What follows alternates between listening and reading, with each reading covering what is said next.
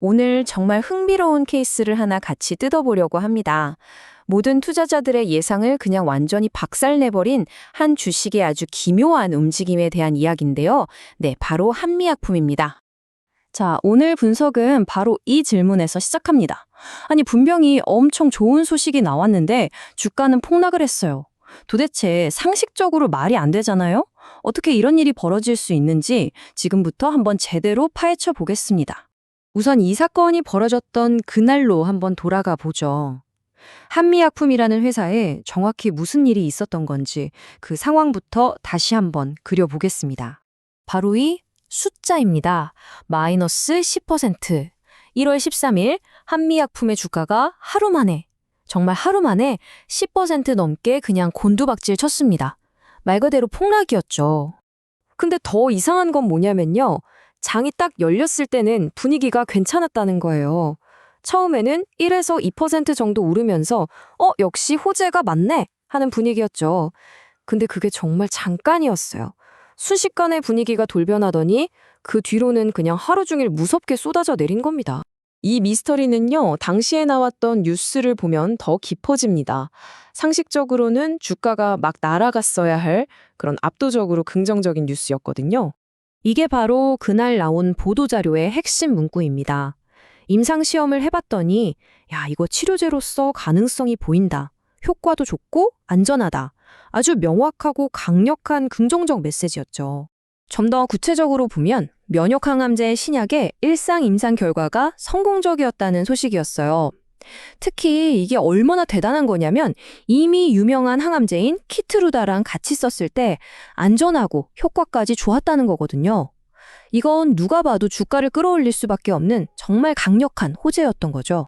자, 이제 이 모순적인 상황이 선명하게 보이시죠? 좋은 뉴스가 나왔는데 주가는 폭락했다. 그럼 대체 왜? 왜 이런 일이 벌어진 걸까요?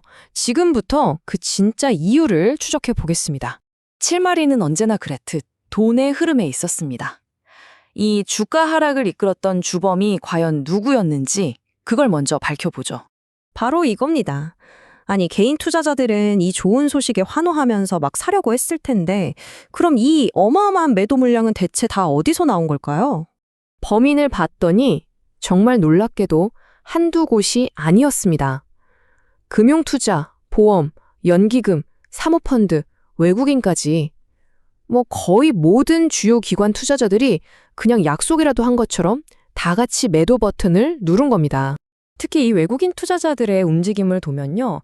이게 그냥 그날 하루 충동적으로 판 게 아니라는 걸 알 수 있어요. 1월 13일 대량 매도가 터지기 전부터 무려 6거래일 연속으로 계속해서 주식을 팔아치우고 있었던 거죠. 자, 그럼 이 똑똑하다는 기관 투자자들은 대체 왜 이런 좋은 소식에도 주식을 내다 던졌을까요? 그 이유를 찾으려면 이제 시선을 한미약품이라는 개별 종목에서 더 넓은 시장 전체로 옮겨야 합니다. 바로 이게 결정적인 단서입니다. 이 모든 일이 벌어진 시점이 세계에서 가장 큰 제약바이오 행사인 JP모건 헬스케어 컨퍼런스가 한창 열리고 있는 기간이었다는 거죠. 당시 시장 분위기를 다른 분야랑 비교해보면 그 차이가 확 느껴져요. 비슷한 시기에 열린 세계 최대 IT 전시회 CES 때는 관련 기술주들이 기대감에 막 들썩였거든요. 근데 정작 제약업계의 가장 큰 축제인 JP모건 컨퍼런스 기간에는 투자 심리가 오히려 꽁꽁 얼어붙어 있었던 겁니다.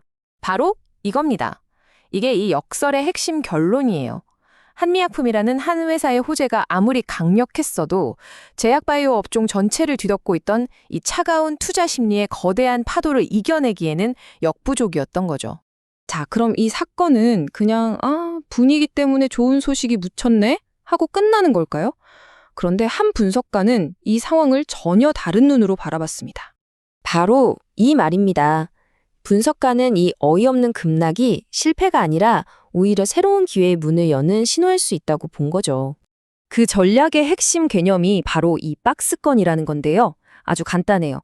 주가가 보통 일정한 가격대, 그러니까 어떤 보이지 않는 박스 안에서 아래 위로 왔다 갔다 하는 경향이 있거든요. 그걸 이용하는 투자 방식입니다. 그래서 이 분석가의 전략은 아주 명쾌합니다. 첫째, 지금 주가가 과거 데이터를 보니까 늘 움직이던 박스권의 바닥 부분까지 내려왔다고 판단하는 겁니다. 둘째, 바로 이 바닥, 지지선에서 매수를 하고요.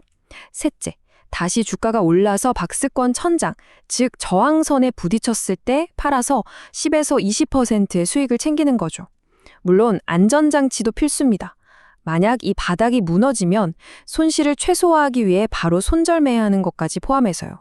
자, 이 흥미진진했던 사례를 통해 우리가 배울 수 있는 핵심 교훈들이 뭔지 마지막으로 정리해 보겠습니다. 오늘 분석의 핵심 딱 3가지입니다. 첫째, 시장에서는 결국 돈의 힘이 뉴스의 힘을 이길 수 있다는 것. 둘째, 개별 기업이 아무리 잘해도 산업 전체를 둘러싼 분위기가 그 기업의 운명을 좌우할 수 있다는 점. 그리고 마지막으로 이런 위기 상황을 누군가는 과거의 패턴을 통해 새로운 기회로 포착할 수 있다는 것입니다.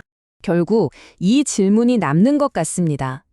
주식시장에서 진짜 목소리를 내는 것은 과연 뉴스일까요? 아니면 돈의 흐름일까요? 이 질문에 대해 한번 곰곰이 생각해 보시는 것도 아주 좋은 공부가 될 겁니다.